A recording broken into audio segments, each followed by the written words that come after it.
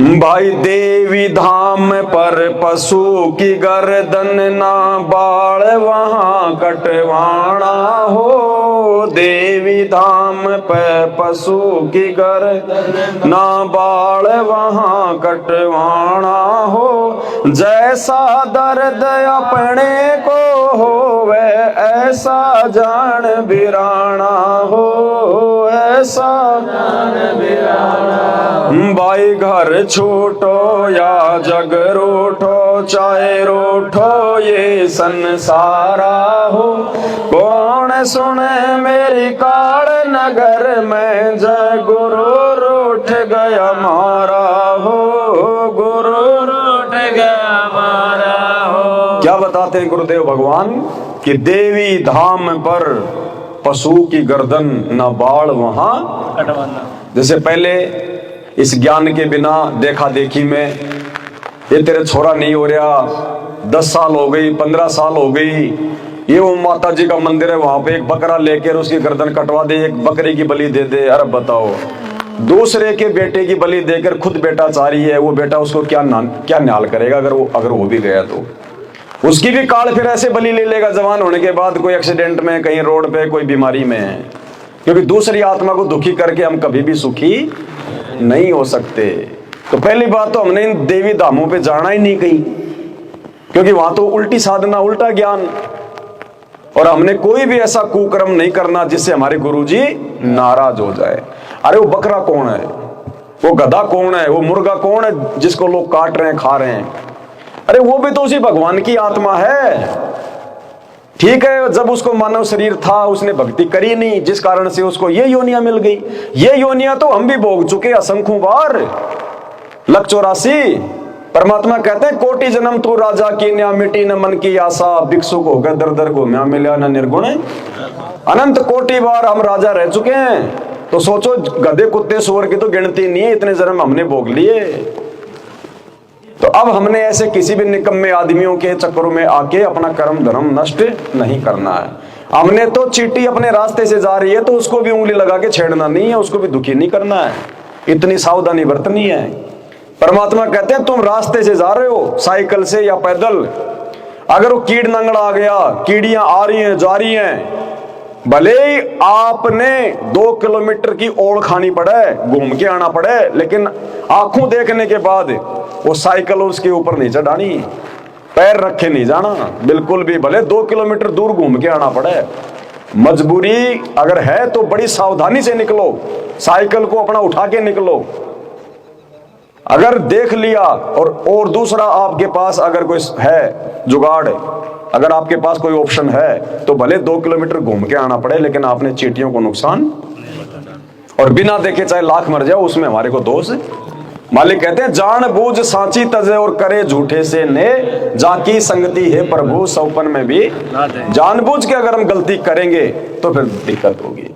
मालिक कहते हैं इच्छा कर मारे नहीं, और बिना इच्छा जो है वो मर जाए, कहे कबीर उस भगत को पाप नहीं। हमने देखा नहीं और वो चींटियां मर गई या और कोई जानवर मर गए हमारे से, मान लीजिए जो धोखे से, तो उसका हमें दोष नहीं है।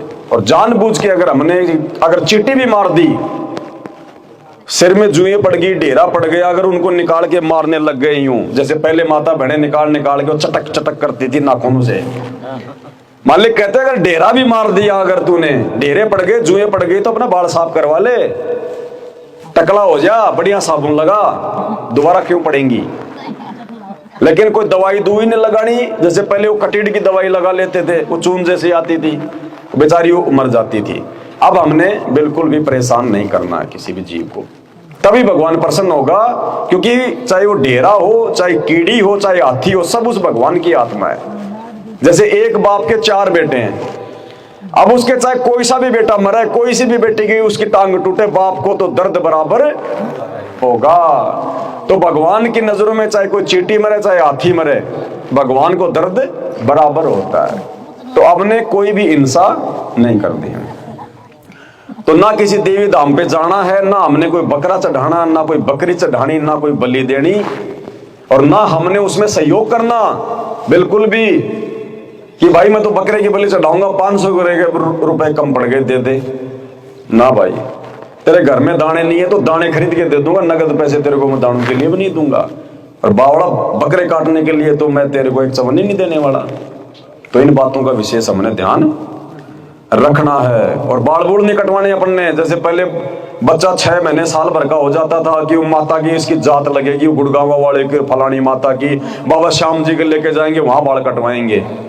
बाबा श्याम जी की उनकी गुदड़ी बनाओगा तेरा बनाएगी, क्या मतलब बाबा श्याम जी को? कौन से शास्त्र में लिखा हुआ ये? बेचारा साल 6 महीने वो बच्चा परेशान रहता है, वहां जाके वो ना ये 2 बाल काटेगा बस, और उसके 100 रुपए ले लेगा, 200 रुपए ले लेगा। क्या मतलब है उसका? ये फालतू की परंपराएं हैं, क्या लेना देना उन बालों से उसका? समय पे अपना कटाओ, आप आराम से रहो अपना। तो अब हम गुरु की शरण में आ गए। हमारे ऊपर किसी भी देवी देवता का, भूत प्रेत का, किसी छल छलावे का, जंत्र का या मंत्र का, चाहे कोई बड़े से बड़ा शाना को भाई चाहे क्यों ना हो, कोई दुनिया का बड़े से बड़ा कोई जंत्र मंत्र करने वाला, कहते हैं मुंह की खा के जाएगा सतगुरु के भगत के आगे, मुंह की खा के जाएगा। दुनिया दुखी हो सकती है, दुनिया भूत प्रेत से परेशान हो सकती है, सतगुरु का भगत एग्जाम्पल आपने देख लिया होगा, छोटा सा यहाँ कली, यानी सतगुरु के भगत के घर में इतना सा भी टिक नहीं पाएगा कोई भूत प्रेत।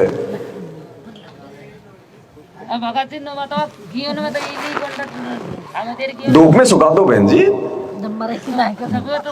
सारा क्यों निकालते हो? 2, 4, 5 किलो अपना 4-5 दिन के हिसाब से धूप में सुखा दो, जितने निकला उनको निकाल दो, निकल जाएंगे। धूप में तो भाग जाती है, ऐसी बात नहीं। बचाव करो, कहने का मतलब ये है हमने, है कि नहीं? वो फिर उनका सिस्टम है, अपने को कोई दिक्कत नहीं। तावड़ी में मरेगी, जीवेगी, है भक्ति करती नालायक। जब उसको मानव शरीर मिला हुआ था, परमात्मा की भक्ति करती, क्यों न इल्ली बनना, क्यों न कीड़ा बनना था। अब थोड़ा बहुत तो वो भी बड़ा मतलब भोग तो भोगेगी, लेकिन हमने सावधानी रखनी है, कहने का मतलब ये है। अब आंखों के सामने मटके में अगर कोई कुत्ता पेशाब कर जाए तो हम नहीं पी सकते, पीछे से चाहे कितना ही मुत जाए हम पी लेंगे, है ना? तो आंखों देखा ऐसा कोई गलत काम हमने नहीं करना है, गुरुजी नाराज होंगे, वरना जानबूझ के सांचे तजने वाली बात हो जाएगी। अब देखो बच्चा 6 महीने का है, माँ की गोद में पेशाब कर दे, वो टट्टी कर दे, माँ बाप उसको मारते नहीं है, वो रोता है तो उसको शांत करते हैं, उसका टट्टी पेशाब साफ करेंगे, फिर गोद में बैठा लेंगे। और बच्चा 2 साल का हो गया, उसको पता है कि लेटरिन कहाँ करनी है, बाथरूम कहाँ करना, फिर भी माँ की गोद में करेगा, फिर थप्पड़ खाएगा वो। तो गुरु से ज्ञान लेने के बाद हम सब लोग जो मतलब समझदार हो जाते हैं, और उसके बाद अगर हम गलती करेंगे तो फिर गुरु नाराज होता है।